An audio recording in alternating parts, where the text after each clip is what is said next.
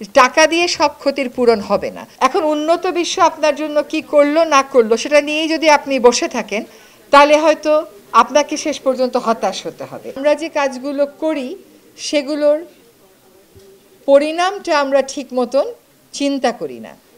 আমরা গড্ডালিকা প্রবাহে গা ভাসিয়ে দিয়ে একটা ধারাকেই উন্নয়ন মনে করি, এটাকে নিয়ে কখনো প্রশ্ন করি না যে প্রকৃতি এর কতটুকু নিতে পারছে। দেখেন দুপুর 12:30টায় আমরা কতগুলো বাতি জ্বালিয়ে এখানে বসে আছি। এটাই হচ্ছে আমাদের পরিকল্পনার দৈন্যতা। আমরা বিল্ডিংটাকে এমনভাবে পরিকল্পনা করিনি যেখানে এই ভর দুপুরে আমাদের আলোর জ্বালানোর কোনো প্রয়োজন হবে না। তো যাই হোক, যেটা হয়ে গেছে। আমি পরিবেশ অধিদপ্তরকে এবং মন্ত্রণালয়কে বলেছি যে এখন থেকে আর নতুন কোনো বিল্ডিংয়ে তারা আবার বেস্ট প্রকল্পের আওতায় আরেকটা বিল্ডিং করবে, এইরকম ভুল ডিজাইন যেন আমরা না করি। আমরা যেন মাটি দিয়ে পোড়ানো ইট ব্যবহার না করি।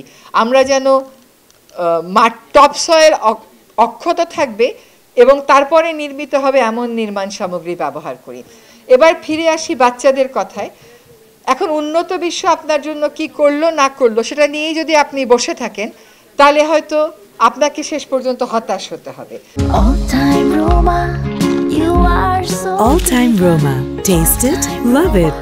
আপনার জীবনযাত্রায় কোন জায়গাতে গতিটাকে নিয়ন্ত্রণ করতে হবে, লাগাম টানতে হবে, সেটা আমাদেরকেই ভাবতে হবে। ভবিষ্যৎ প্রজন্মকে এমন একটা জায়গায় যদি আমরা রেখে যাই যেখানে ওজোন স্তর ফুটা হয়ে সূর্যের অতিবেগুনি রশ্মি ঢুকে গিয়ে আমাদেরকে ক্যান্সার দিবে, ধানের উৎপাদন হবে না, জীববৈচিত্র্যে বন্য প্রাণীর ক্ষেত্রে জেনেটিক মডিফিকেশন হয়ে যাবে, তাহলে বলবো যে আগামী প্রজন্মের জন্য আমরা ঠিক উন্নয়নের ধারাটাকে বেছে নেই নাই। তেমনিভাবে এখনই যদি জলবায়ু পরিবর্তনের জন্য আমরা না কাজ করি, আমরা আমাদের উন্নয়নের ন্যারেটিভটাকে না বদলাই, আমাদের সন্তানেরা এই উপর্যুপরি প্রাকৃতিক দুর্যোগের মুখোমুখি পড়বে। এই বছরই দেখেন আমরা সবচেয়ে বেশি গরমের মধ্যে পড়েছিলাম 50 বছরের মধ্যে। এই বছরই নোয়াখালী এলাকাতে কি ভয়ঙ্কর রকমের বন্যা হলো, যে অতিবৃষ্টি হলো, যেই ক্লাউড আউটবার্স্ট হলো, এইটা আসলে নোয়াখালীবাসী এর সাথে পরিচিত না। এইরকম যদি প্রাকৃতিক বিপর্যয় বাড়তেই থাকে, পৌনঃপৌনিকতা এবং ব্যাপকতা বাড়তেই থাকে জলবায়ু পরিবর্তনের জন্য, তাহলে দাতা গোষ্ঠী কত টাকা দিলে আপনি এই ক্ষতি পূরণ করতে পারবেন? টাকা দিয়ে সব ক্ষতির পূরণ হবে না।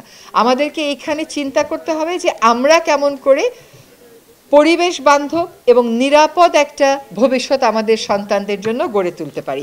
আজকে যে কর্মসূচিটা পালিত হয়েছে,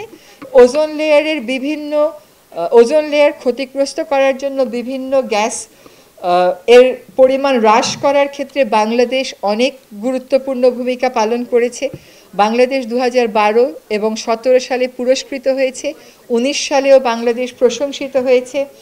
এবং এই যে এত কর্মকাণ্ড, we have got sincere, uninterrupted, continuous support from our development partners, in particular UNDP and UNEP. We have got Stephen Liller from UNDP with us today.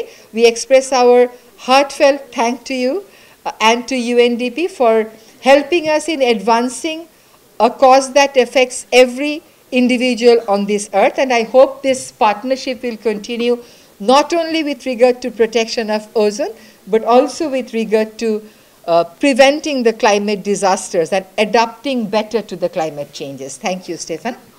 আজকে যারা এখানে চিত্রাঙ্কন প্রতিযোগিতায় অংশগ্রহণ করেছেন, আপনাদের ছবিগুলো দেখতে পারলে খুব ভালো হতো, একসময় চেয়ে নিয়ে দেখে নেব।